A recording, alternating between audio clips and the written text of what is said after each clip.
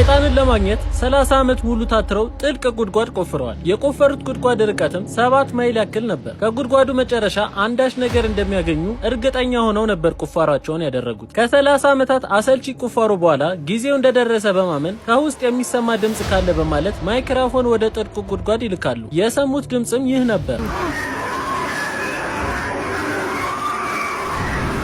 ይህን ቪዲዮ ያዘጋጅላችሁ ዋልታ ቴክኖሎጂ ሲሆን የመኪናችሁ ሞተር ሲነሳ በስልካችሁ የሚያሳውቃችሁና የመኪናችሁ ሞተር በስልካችሁ መቆለፍ የሚያስችላችሁ የጂፒኤስ ቴክኖሎጂ ድርጅታችን ዋልታ ቴክኖሎጂ አስመጥቶ እየገጠመ ይገኛል። ለበለጠ መረጃ ከታች ባለው ስልክ ቁጥር ይደውሉልን። ድምጹ ከተሰማ በኋላ ብዙዎች በጉድጓዱ መጨረሻ ገሃነም መኖሩን ይደመድማሉ። አንዳንዶች ደግሞ ሰይጣን በተቆፈረ ጉድጓድ አምልጦ ወጥቷል ብለው ያምናሉ። የኋላ ኋላ ተሰማ ተብሎ የተለቀቀው ድምጽ የገሃነም መኖር ለሰዎችን ለማሳመን ከሆረር ፊልሞች ላይ ተቆራርጠው የወጡ ድምጾች መሆናቸው ደረስበታል። ገሃነም ቢኖር እንኳን ከምድር በታች ወይንስ ከምድር ውጪ ነው ያለው ብላችሁ ታስባላችሁ? ሐሳባችሁን ኮሜንት ላይ አስቀምጡልን።